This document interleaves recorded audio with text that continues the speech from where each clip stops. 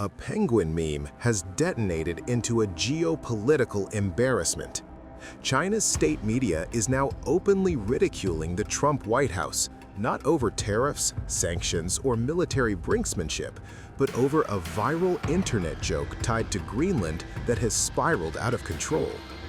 What started as online satire has become strategic humiliation, spreading at lightning speed and turning global diplomacy into a meme war where ridicule, not rhetoric, delivers the sharpest blow. On Saturday, the White House's official X account jumped on the viral nihilist penguin meme to promote President Donald Trump's push to gain control over Greenland.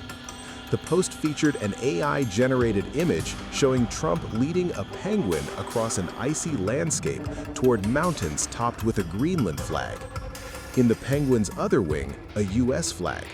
The caption read simply, "Embrace the penguin." The stunt immediately caught attention online and in Beijing. China's state-run Xinhua news agency fired back, mocking the post and pointing out a basic flaw. Penguins don't live in Greenland. Xinhua reminded the White House that Greenland lies in the northern hemisphere. Only Galapagos penguins live north of the equator, and they're nowhere near the Arctic. Even if there were penguins in Greenland, it would look like this, Xinhua wrote.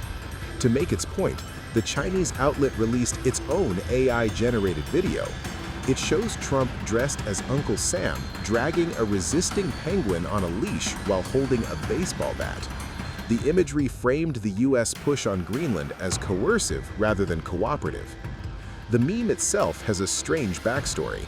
The original nihilist penguin image comes from a 2007 documentary by German filmmaker Werner Herzog, Encounters at the End of the World. It shows a lone Adelie penguin breaking away from its colony in Antarctica and marching alone toward distant mountains. The clip resurfaced online earlier this year, exploding into a viral symbol. Some see it as a metaphor for loneliness or existential crisis. Others interpret it as rebellion, independence, or defiance. The meme war comes as Trump pushes ahead with a controversial Greenland plan. Earlier this week, Trump announced that a framework deal discussed with NATO Secretary General Mark Rutte is now on the table. He claimed it would give the US all the military access we want. Reports say the framework could grant the United States sovereign base areas on Greenland and fast-track access to rare earth mineral mining. The move has already deepened tensions between Washington and European allies. Meanwhile, China maintains it is staying out of the escalating dispute. On Wednesday, Foreign Ministry spokesperson Guo Jiakun denied any attempt to exploit cracks between the US and Europe. He said China follows an independent foreign policy of peace, emphasizing cooperation based on mutual respect and equality. Yet, as memes replace diplomacy and penguins wade into geopolitics, it's clear the battle over Greenland is no longer just about land. It's a fight for image, influence, and control of the global narrative. US President Donald Trump has lashed out at Canada over its rejection of his proposed Golden Dome missile defense project over Greenland, warning that China could eat them up within a year as Ottawa moves closer to Beijing.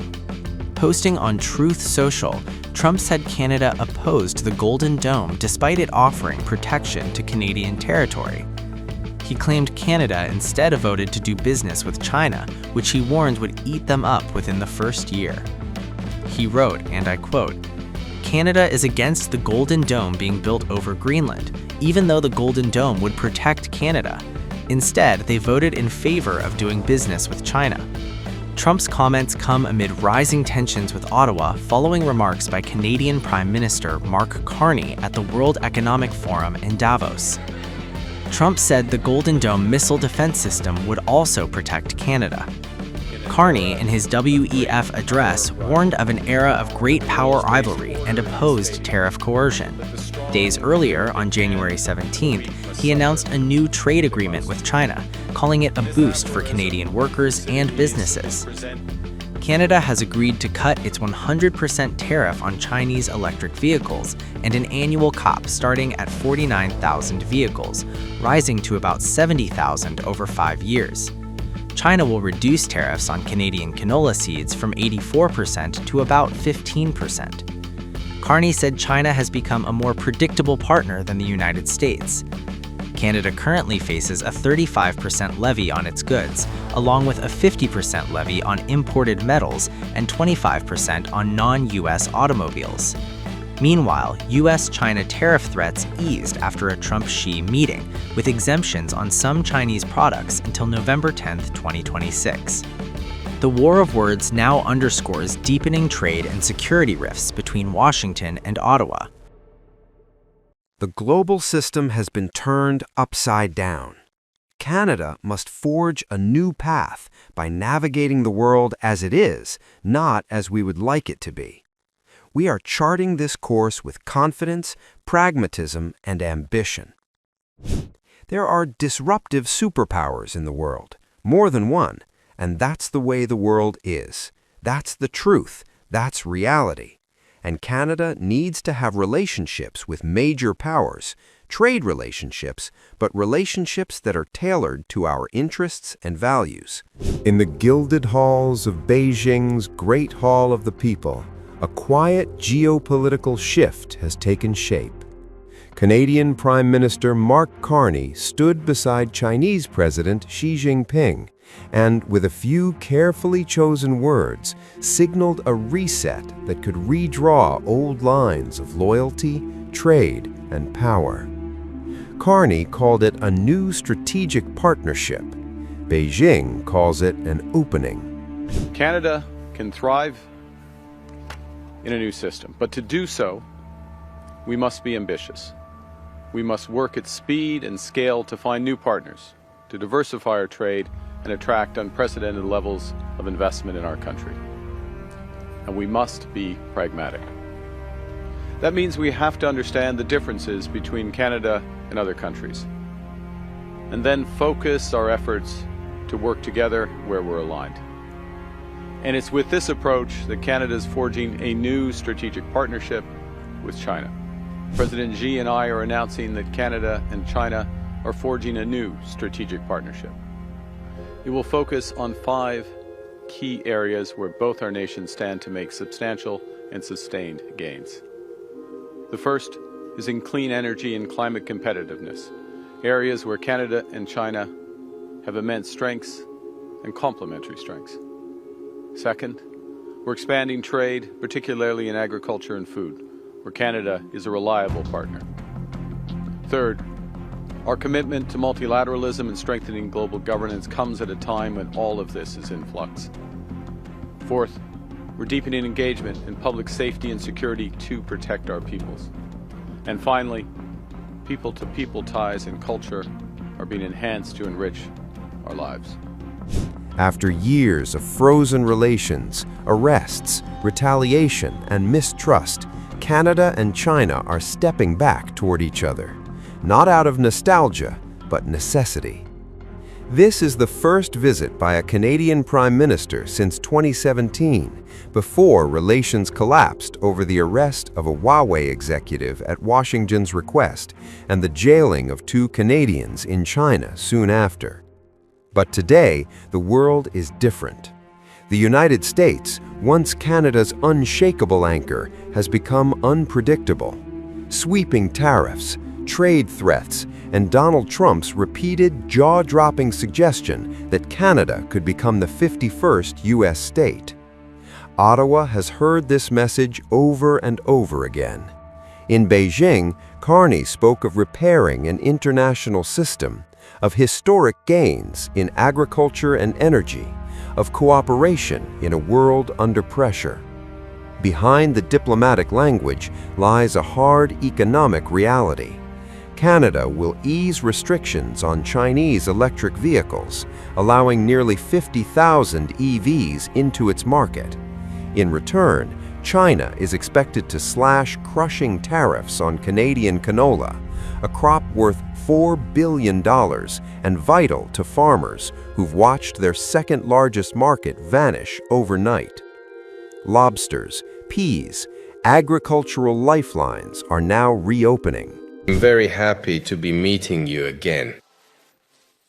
Last October, we met in Jiangsu, South Korea, and our discussions were very productive, truly opening a new and positive chapter for China-Canada relations.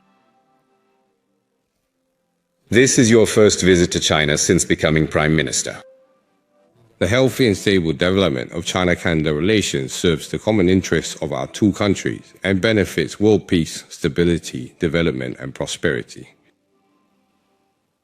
I am fully prepared to continue our collaborative efforts with you, upholding a profound and unwavering sense of responsibility towards history, our respective peoples, and the broader global community to propel China-Canada relations onto a trajectory of healthy, stable, and sustainable development, thereby bringing greater prosperity and mutual benefit to the people of both our nations. Thank you, President Xi, for your hospitality, for the warm welcome that's been extended to this delegation, and for the opportunity that our partnership brings to both our peoples, and I would suggest as well to the world. Mr. President, together we can build on the best of what this relationship has been in the past to create a new one, adapted to new global realities that will deliver stability, security, and prosperity to our peoples on both sides of the Pacific. For China, this moment is strategic. Beijing has long sought to weaken the unity of U.S. allies, to challenge a world order it believes is unfairly dominated by Washington and its partners. Xi calls for a new type of strategic partnership. The words are measured, the intent is not. And for Carney, the pivot is delicate, even risky. During the election, he named China as Canada's biggest security threat. Yet today, economics and geopolitics collide. This is not an alliance born of trust. It is a partnership forged by pressure. As Canada looks east, one thing is clear. The old certainties are gone, and a new global balancing act has just begun. Shortly after the elections, I spoke with Premier Li. 2 months later, we met in New York. In October, I met with President Xi in South Korea.